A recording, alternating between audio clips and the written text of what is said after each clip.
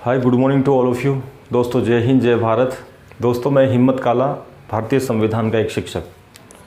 दोस्तों, पिछला जो हमारा वीडियो था भारत की प्रस्तावना से संबंधित था। पिछले वीडियो में हमने ये जानने की कोशिश की थी कि भारत की प्रस्तावना में कौन कौन से शब्द शामिल हैं। उसके लिए हमने एक ट्रिक का यूज़ किया था। उस ट्रिक के माध्यम से हमने ये पता लगाया कि भारत की प्रस्तावना में कौन कौन से शब्द शामिल हैं। दोस्तों, आज हम उन शब्दों पे चर्चा करेंगे जो भारत की प्रस्तावना में शामिल हैं, उनके अर्थ क्या है और किस तरह से एग्ज़ाम में पूछे जाते हैं, इन पे हम बात करेंगे। दोस्तों, एक ट्रिक का यूज़ किया था वीडियो नंबर 1 में हमने। उसमें हमने जो ट्रिक यूज़ किया था, ट्रिक था हम भारत के लोग SSS DR जले फुई। हम भारत के लोग SSS DR जले JLE फुई FUI फुई। यहाँ पर SSS से लेकर FUI फुई तक जो इंग्लिश वर्ड दिए हुए हैं उनको हमने इंग्लिश में ट्रांसलेट करके उसका हिंदी में अर्थ जाना था। लेकिन आज हम चर्चा करेंगे कि वास्तव में उन शब्दों का अर्थ क्या है भारत की संविधान की प्रस्तावना में और किस तरह से क्वेश्चन पूछे जाते हैं, इन पे हम बात करेंगे। दोस्तों, ये जो ट्रिक है उस ट्रिक को हम दोबारा देखते हैं ताकि हमें ध्यान में रहे कि ट्रिक क्या है। दोस्तों, हमारा ट्रिक है हम भारत के लोग, हम भारत के लोग SSS DR JLE जले फुई FUI। दोस्तों, ये ट्रिक है हम भारत के लोग SSS DR जले फुई। दोस्तों, पिछला जो वीडियो था हमारा उसमें हमने देखा था SSS की मीनिंग क्या है, DR की मीनिंग क्या है, जले की मीनिंग क्या है, FUI की मीनिंग क्या है। दोस्तों, यहाँ हमने क्लियर किया था इस S का मतलब है सोवरन मीन्स संप्रभुता। इस S का मतलब है सोशलिस्ट मीन्स समाजवादी। इस S का मतलब है सेकुलर मीन्स पंथ निरपेक्ष। इस D का मतलब है डेमोक्रेटिव मीन्स लोकतंत्रात्मक या लोकतंत्र। इस R का मतलब है रिपब्लिक मीन्स गणराज्य या गणतंत्र। इस J का मतलब है जस्टिस मीन्स न्याय। इस L का मतलब है लिबर्टी, लिबर्टी मीन्स स्वतंत्रता। इस E का मतलब है इक्वालिटी, इक्वालिटी मीन्स क्षमता या समानता। इस F का मतलब है फर्टर्निटी, फर्टर्निटी मीन्स बंधुता। इस U का मतलब है यूनिटी मीन्स एकता। इस I का मतलब है इंटेग्रिटी मीन्स अखंडता। दोस्तों, ये सारे शब्द भारत की प्रस्तावना में शामिल हैं। पिछला वीडियो जब आप देखोगे तो आपको स्पष्ट क्लियर समझ में ये आएगा कि ये ट्रिक कहना क्या चाहता है। ये ट्रिक यही कहना चाहता है कि भारत की प्रस्तावना में कौन कौन से शब्द शामिल हैं। दोस्तों, पिछले वीडियो में हमने केवल ये जाना था कि इस S का मतलब क्या है, इस D का मतलब क्या है, R का मतलब क्या है, इस I का मतलब क्या है, ये जानने की हमने कोशिश की थी। इससे हमने ये अनुमान लगाया, इससे हमने ये ज्ञात किया कि भारत की प्रस्तावना में ये शब्द शामिल हैं। दोस्तों, आज हम इन शब्दों के अर्थ को जानेंगे, किस तरह से एग्ज़ाम में क्वेश्चन आते हैं, इससे संबंधित किस तरह से इनके अर्थ पूछे जाते हैं और हम भारत के लोग का क्या अर्थ है भारत की संविधान की प्रस्तावना में, इन पे आज हम विस्तृत चर्चा करेंगे। दोस्तों, हम देखते हैं हम भारत के लोग। सबसे पहले हम इसका अर्थ देखेंगे कि हम भारत के लोग, इसका क्या अर्थ है, इस पे हम बात करेंगे।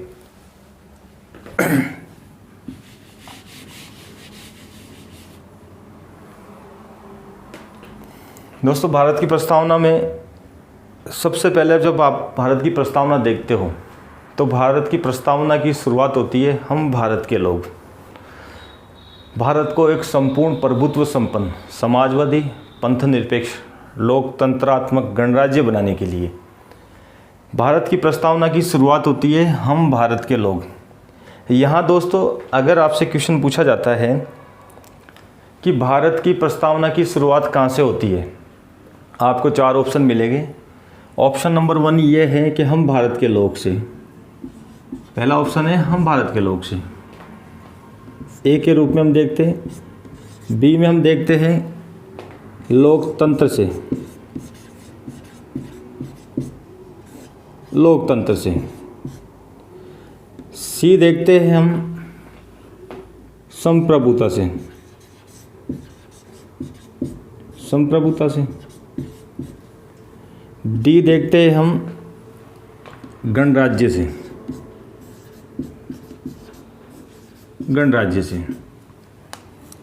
दोस्तों हमारा क्वेश्चन है भारत के संविधान की प्रस्तावना की शुरुआत कहाँ से होती है, भारत के प्रस्तावना की स्टार्टिंग कहाँ से होती है।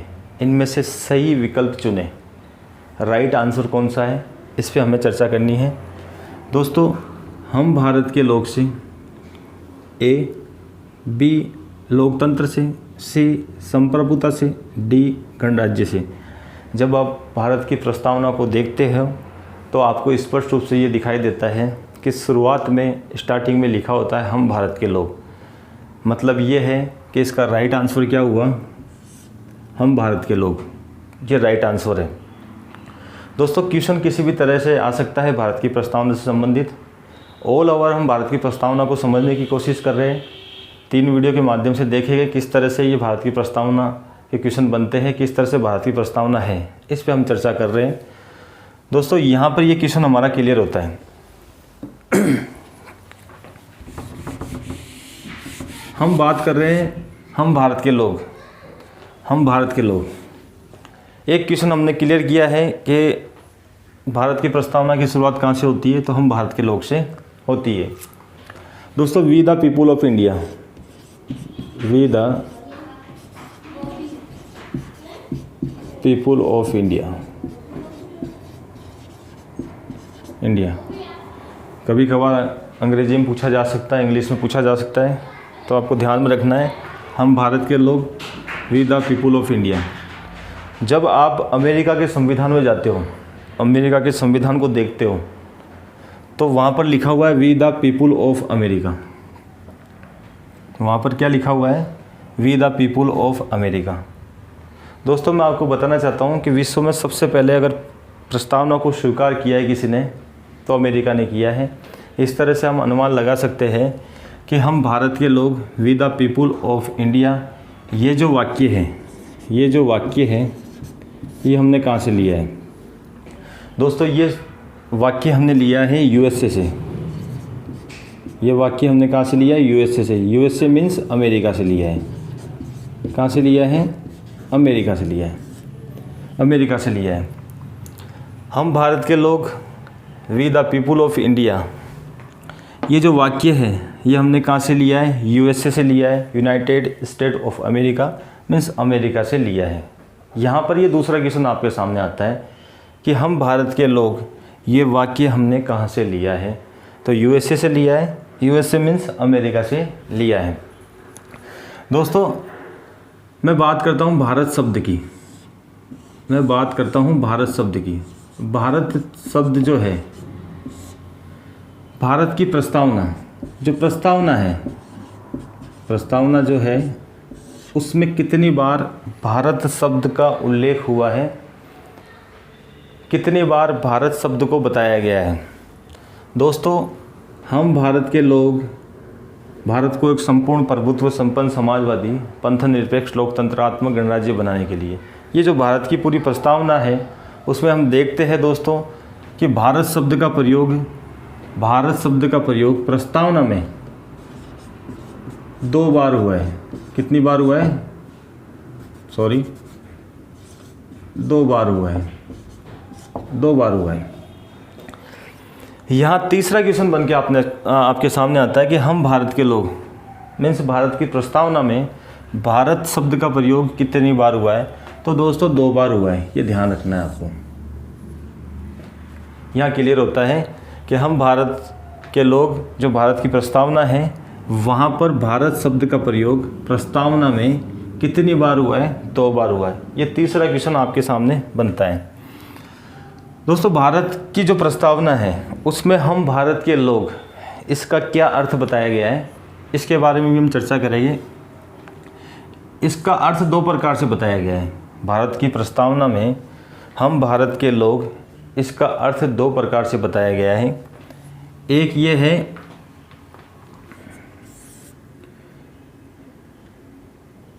संविधान का निर्माण, संविधान का निर्माण भारत की जनता ने किया है। भारत की जनता ने किया है। भारत की जनता ने किया है। दोस्तों हम भारत के लोग का अर्थ भारत की प्रस्तावना में कितने प्रकार से बताया गया है? तो नंबर 1 की बात करता हूं मैं, संविधान का निर्माण भारत की जनता ने किया है। तो दोस्तों संविधान का निर्माण किसने किया है? भारत की जनता ने किया है। ये कहाँ पर लिखा हुआ है? ये लिखा हुआ है भारत की प्रस्तावना में। जब हम भारत के लोग का अर्थ देखते हैं तो 2 प्रकार से इसका अर्थ निकल के सामने आता है। पहला अर्थ हमने देखा है संविधान का निर्माण भारत की जनता ने किया है। दूसरा अर्थ निकल के आता है जब संविधान का निर्माण भारत की जनता ने किया है तो शक्ति किस में निहित होगी? जब संविधान का निर्माण भारत की जनता ने किया है तो शक्ति किस में निहित होगी? शक्ति दोस्तों भारत की जनता में निहित होगी। अर्थात हम यूँ कह सकते हैं कि अंतिम शक्ति भारत की जनता में निहित है। अंतिम शक्ति, अंतिम शक्ति भारत की जनता में निहित है। भारत की जनता में निहित है। अंतिम शक्ति भारत की जनता में निहित है। दोस्तों दोबारा देखते हैं, हम भारत के लोग, ये शब्द हमें कहाँ मिलेगा? भारत की प्रस्तावना में मिलेगा। क्लियर है? दूसरी बात करते हैं, we the people of India, ऐसा का ऐसा अमेरिका में लिखा हुआ है, we the people of America. दोस्तों ये जो सेंटेंस है, ये जो वाक्य है, ये हमने यूएसए से लिया है। कहाँ से लिया है? यूएसए से लिया है, मीन्स अमेरिका से लिया है। क्लियर है? दूसरी बात करता हूँ, क्या हमारे भारत की संविधान की प्रस्तावना में भारत शब्द का प्रयोग कितनी बार हुआ है? तो दोस्तों 2 बार इसका प्रयोग हुआ है। ठीक है, नेक्स्ट बात करता हूँ, हम भारत के लोग का अर्थ भारत की प्रस्तावना में कितने प्रकार से बताया गया है? 2 प्रकार से बताया गया है। नंबर 1 की बात मैं करता हूँ, संविधान का निर्माण भारत की जनता ने किया है। नंबर 1 ये है। दूसरा है अंतिम शक्ति भारत की जनता में निहित है। दोस्तों ये जो क्वेश्चन है, हम भारत के लोग के अर्थ कितने प्रकार से है, ये फर्स्ट ग्रेड में पूछा गया क्वेश्चन है। ये फर्स्ट ग्रेड में पूछा गया क्वेश्चन है। 2018 या 17 जो एग्ज़ाम लगी है उसमें पूछा गया है क्वेश्चन। इसमें पूछा गया था कि हम भारत के लोग का क्या अर्थ है। 4 विकल्प दिए थे, उनमें से आपको सही चुनना है। तो दोस्तों हमें तो ये ध्यान रखना है कि हम भारत के लोग का अर्थ 2 प्रकार से निकल के सामने आता है। संविधान का निर्माण भारत की जनता ने किया है और अंतिम शक्ति जनता में निहित है।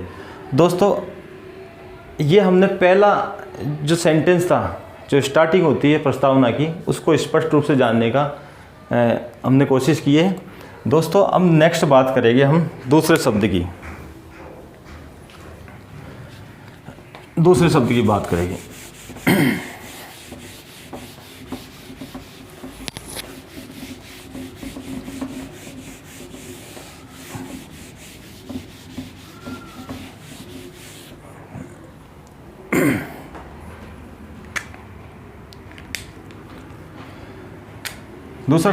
दोस्तों हम भारत के लोग SSS DR जलेफ हुई। हम भारत के लोग का अर्थ हमने जाना है। SSS की बात करूँगा मैं। SSS हम जब भारत की संविधान की प्रस्तावना पढ़ते हैं, हम भारत के लोग भारत को एक संपूर्ण प्रभुत्व संपन्न मीन्स संप्रभुता, जो प्रथम एस है उसका अर्थ निकल के आता है संप्रभुता। प्रथम एस का अर्थ निकल के आता है संप्रभुता।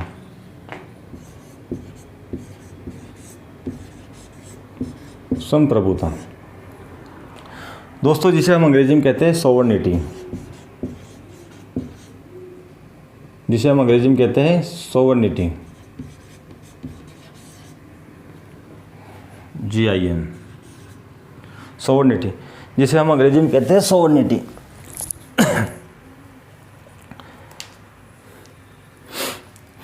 दोस्तों ट्रिपल एस में हम जो पहला एस है उसका अर्थ जानने की कोशिश कर रहे हैं। क्या है? सॉवर्निटी, संप्रभुता। इंग्लिश में बोलते हैं सॉवर्निटी, हिंदी में बोलते हैं संप्रभुता। दोस्तों ये जो सॉवर्निटी शब्द है, ये जो सॉवर्निटी शब्द है, ये शब्द लैटिन भाषा के सुपरनेस से बना है। ये शब्द लैटिन भाषा के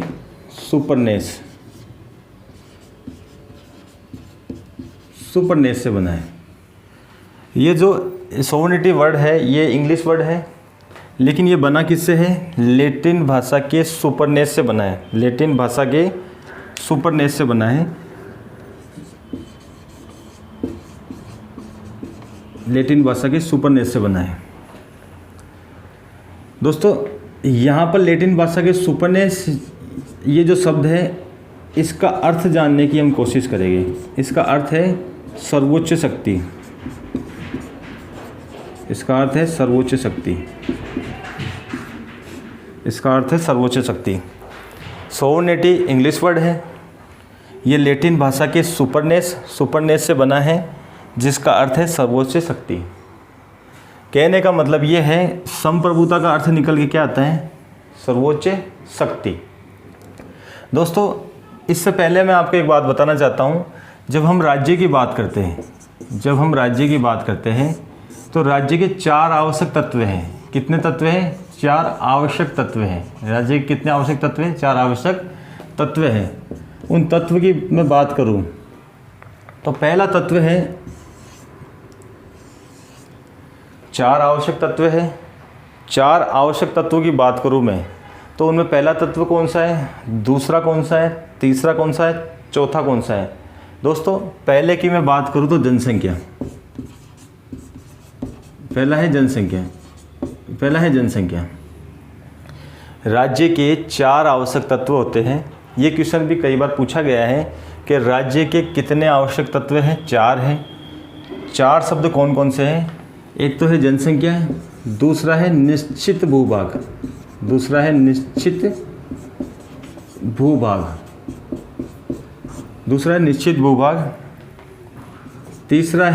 सरकार, चौथा है संप्रभुता।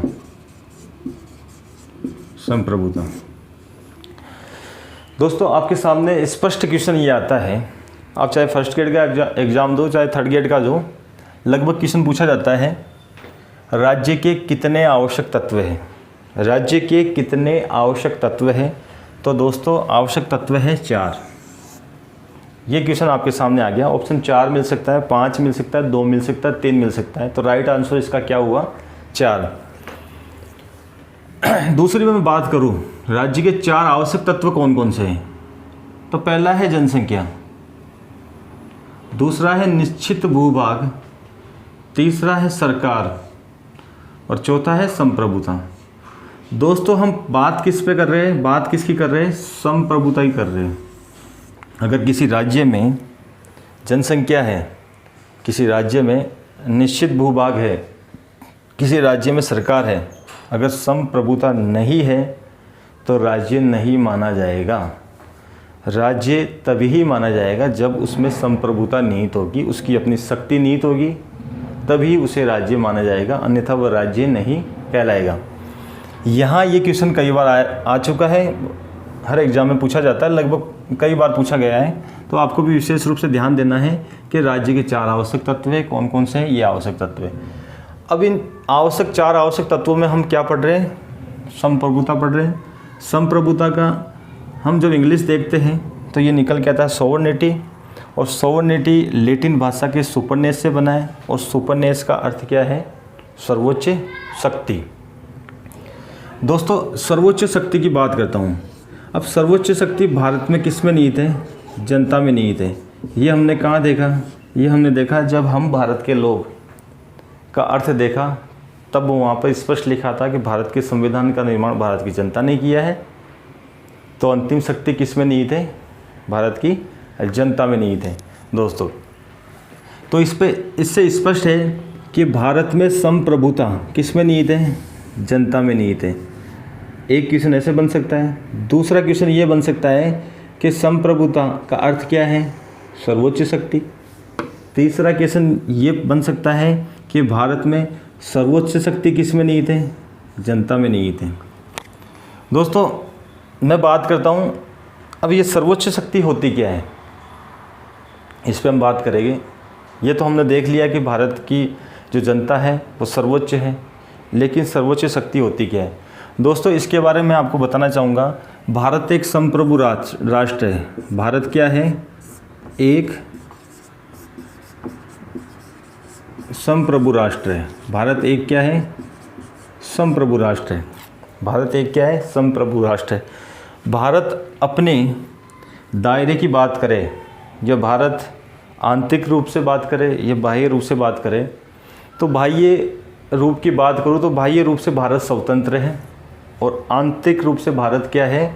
सर्वोच्च है। तो आंतरिक रूप से भारत क्या है? आंतरिक रूप से भारत क्या है? सर्वोच्च है। आंतरिक रूप से भारत क्या है? सर्वोच्च है।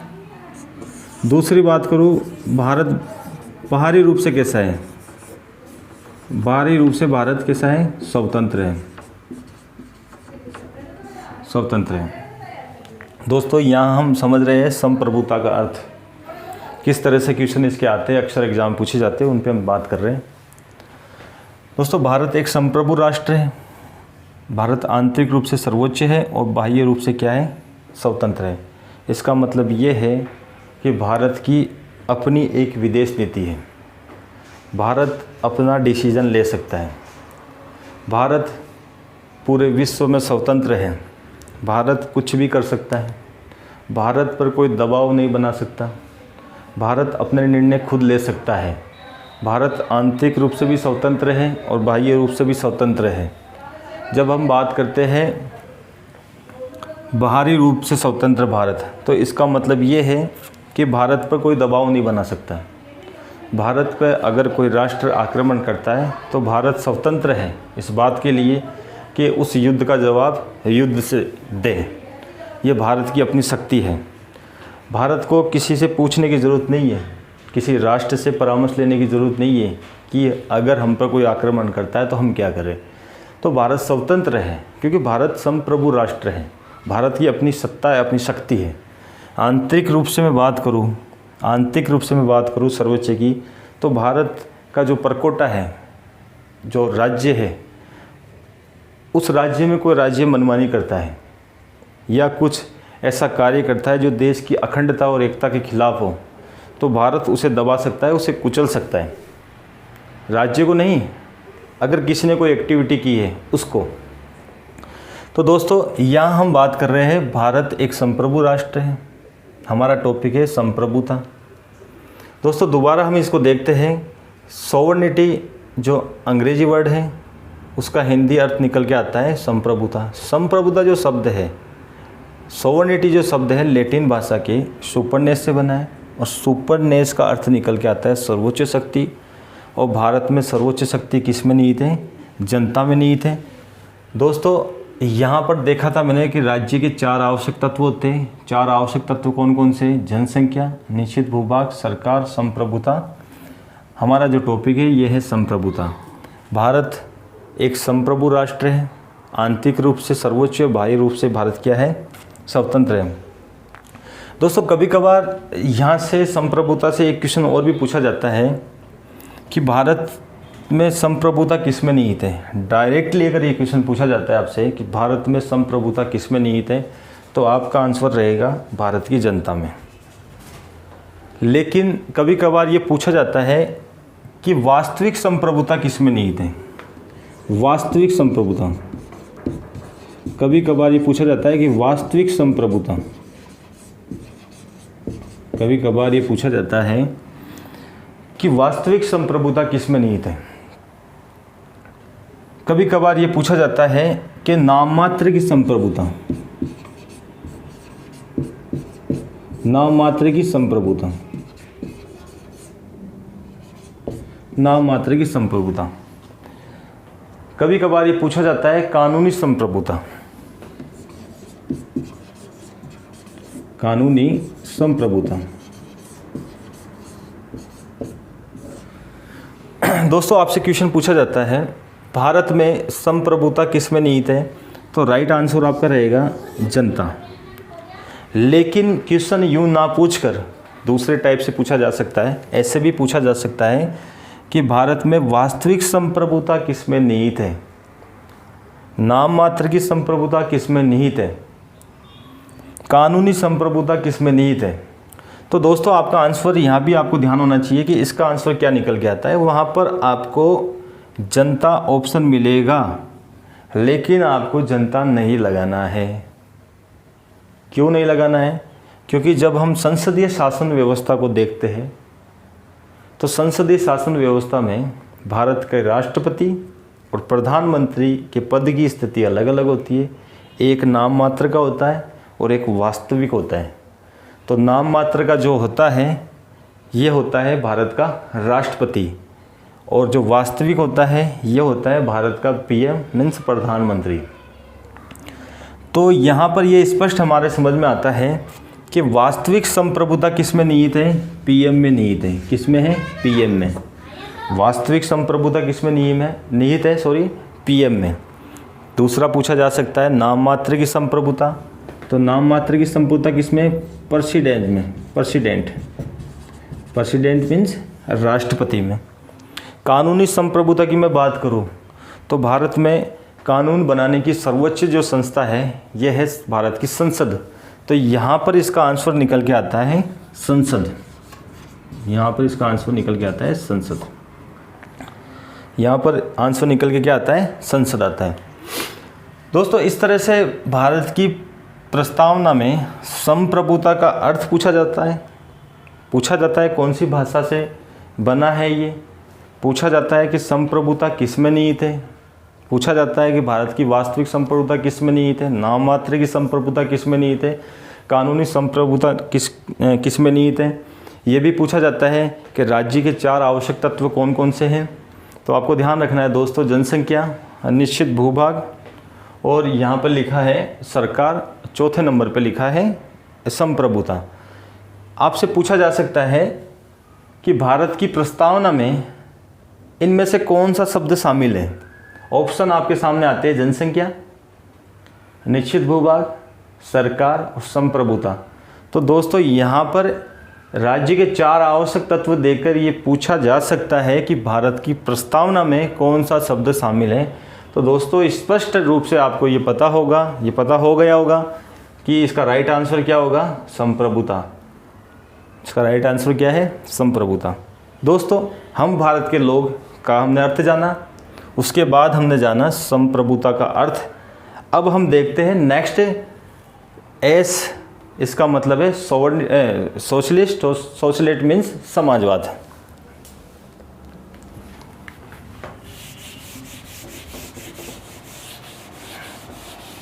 अब हम दोस्तों बात करेंगे समाजवाद पर। समाजवाद क्या है?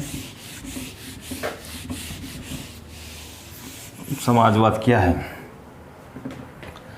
दोस्तों? सोशलिस्ट बोलते हैं, टॉपिक है हमारा समाजवाद। टॉपिक हमारा क्या है? समाजवाद। समाजवाद बोल दो चाहे समाजवादी बोल दो, बात एक ही है, सोशलिस्ट। दोस्तों समाजवाद क्या होता है ये हमें जानना है। दोस्तों भारत के संविधान में समाजवाद ये जो शब्द है ये 42वां संविधान संशोधन 1976 के द्वारा जोड़ा गया है। दोस्तों भारत की मूल प्रस्तावना हम देखते हैं तो हमें समाजवाद शब्द कहीं पर दिखाई नहीं देता है, लेकिन जब भारत की संविधान में प्रस्तावना में जब संशोधन किया है तो वहाँ पर 3 शब्द जोड़े गए थे, समाजवाद, पंथ निरपेक्षता और अखंडता। हम यहाँ देख रहे हैं समाजवादी को देख रहे हैं।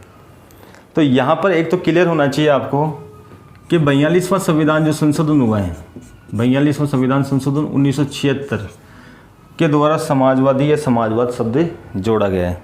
दोस्तों समाजवाद होता क्या है? दोस्तों समाजवाद का मैं एक शब्द में स्पष्ट रूप से अर्थ बताना चाहूँगा कि देश में जितने भी संसाधन हैं, चाहे आप नदी को देखो, चाहे आप किसी स्मारक को देखो, पहाड़ को देखो, खनन को देखो, जितने भी संसाधन भारत देश में उपलब्ध हैं उस पर किसी एक व्यक्ति का एकाधिकार नहीं होगा। जितने भी संसाधन हमारे देश के अंदर है, चाहे सार्वजनिक संसाधन हो चाहे कैसे भी संसाधन हो, उस पर किसी एक व्यक्ति का एकाधिकार नहीं होगा। कोई व्यक्ति ये कह नहीं सकता कि ये केवल मेरी संपत्ति है। समाजवाद लाने का और जोड़ने का मतलब यही है कि भारत में सभी को समान रूप से सभी संसाधनों का उपभोग करने का अधिकार है। यही दोस्तों समाजवाद है। लेकिन भारत की सुप्रीम कोर्ट ने समाजवाद का अर्थ 2 प्रकार से बताया है और क्वेश्चन भी इसी में से ही आएगा।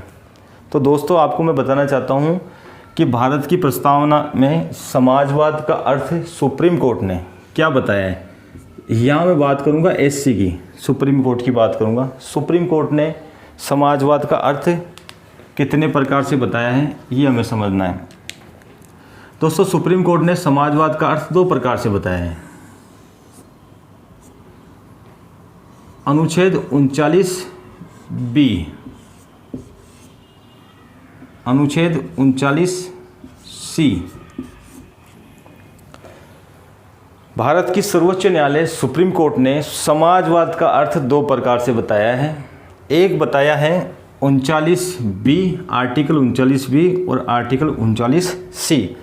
दोस्तों आर्टिकल 39B क्या कहता है? आर्टिकल 39B स्पष्ट रूप से ये कहता है कि देश में उपलब्ध सभी संसाधनों का सामूहिक हित में प्रयोग किया जाएगा। कोई एक व्यक्ति एकाधिकार नहीं जमा सकता।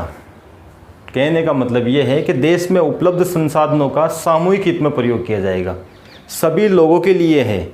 जो संसाधन उपलब्ध है भारत में वो सभी लोगों के लिए है, एक व्यक्ति के लिए नहीं है। इसका अर्थ ये होता है कि आपसे पूछा जा सकता है कि सुप्रीम कोर्ट ने अनुच्छेद 39B में क्या बताया है? तो 39B में बताया है देश में उपलब्ध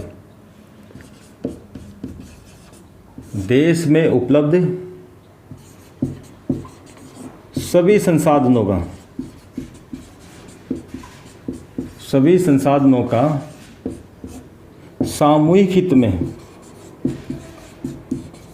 सामूहिक हित में प्रयोग किया जाएगा। दोस्तों देश में उपलब्ध सभी संसाधनों का सामूहिक हित में प्रयोग किया जाएगा। कौन सा आर्टिकल बताता है? 39B बताता है। और ये क्या स्पष्ट करता है? ये स्पष्ट करता है समाजवाद के अर्थ को स्पष्ट करता है। दूसरा दोस्तों समाजवादी का अर्थ सुप्रीम कोर्ट ने और क्या बताया है? 39C बताया है। तो 39C में क्या लिखा है? 39C में लिखा है धन के केंद्रीकरण पर रोक, धन के केंद्रीकरण पर रोक होगी। भारत की सर्वोच्च न्यायालय सुप्रीम कोर्ट ने समाजवाद का अर्थ 2 प्रकार से बताया है, 39B और 39C। 39B में स्पष्ट रूप से लिखा हुआ है देश में उपलब्ध सभी संसाधनों का सामूहिक हित में प्रयोग किया जाएगा, कोई एक व्यक्ति इसका प्रयोग नहीं करेगा। दूसरा लिखा है 39C में लिखा है धन के केंद्रीकरण पर रोक लगाई जाएगी। इसका मतलब ये है कि धन का कोई एकीकरण नहीं कर सकता है, धन को कोई इतना अधिक इकट्ठा नहीं कर सकता है कि दूसरा व्यक्ति गरीब होता जाए और एक व्यक्ति अमीर होता जाए। जिसे हम कहते हैं काला धन, काले धन पर रोक लगाई गई है, धन के केंद्रीकरण पर रोक लगाई गई है। जितनी आवश्यकता है उतना धन रखने का अधिकार सबको है, लेकिन आवश्यकता से अधिक और अलीगल धन जिसको बोलते काला धन व्यक्ति नहीं रख सकता है। ये स्पष्ट रूप से यहाँ लिखा हुआ है 39B में, धन के केंद्रीकरण पर रोक। दोस्तों पहले हमने अर्थ जाना है हम भारत के लोग का अर्थ जाना, दूसरा जाना हमने ट्रिपल एस में हमने जाना है संप्रभुता का अर्थ, फिर जाना हमने समाजवाद का अर्थ। अब हम देखते हैं एस, लास्ट में जो एस है उसका क्या अर्थ है, उसका अर्थ है संप्रभुता। सॉरी, इसका जो अर्थ है, इसका एस का तो है संप्रभुता, इसका है सोवर्निटी और इसका है सेकुलर। सेकुलर क्या है इस पे भी हम चर्चा करेंगे, पंथ निरपेक्षता क्या है इस पे हम बात करेंगे।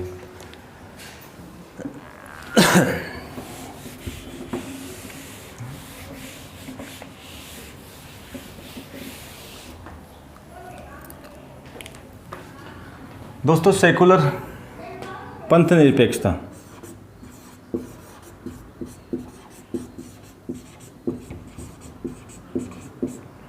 पंथ निरपेक्षता दोस्तों काफ़ी आसान शब्द है। पंथ निरपेक्षता का अर्थ ये है कि भारत के अंदर अनेक पंथ हैं, अनेक धर्म हैं, अनेक समुदाय हैं। दोस्तों जब बात करूं मैं पंथ निरपेक्षता की तो हमें कहीं पर धर्म निरपेक्षता लिखा हुआ मिलता है।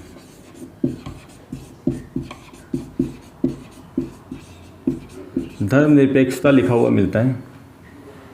दोस्तों जब हम भारत की प्रस्तावना को देखते हैं सही तरीके से तो हमें वहाँ पर धर्म निरपेक्षता शब्द लिखा हुआ नहीं मिलेगा। हमें क्या मिलेगा वहाँ पर? हमें वहाँ मिलेगा पंथ निरपेक्षता। दोस्तों जब हम पंथ निरपेक्ष और धर्म निरपेक्ष की इंग्लिश देखते हैं, अंग्रेजी देखते हैं, तो इन दोनों की इंग्लिश एक ही निकल के आती है, ये है सेकुलर। सेकुलर, सेकुलर का मतलब भी पंथ निरपेक्ष होता है, सेकुलर का मतलब भी धर्म निरपेक्ष होता है।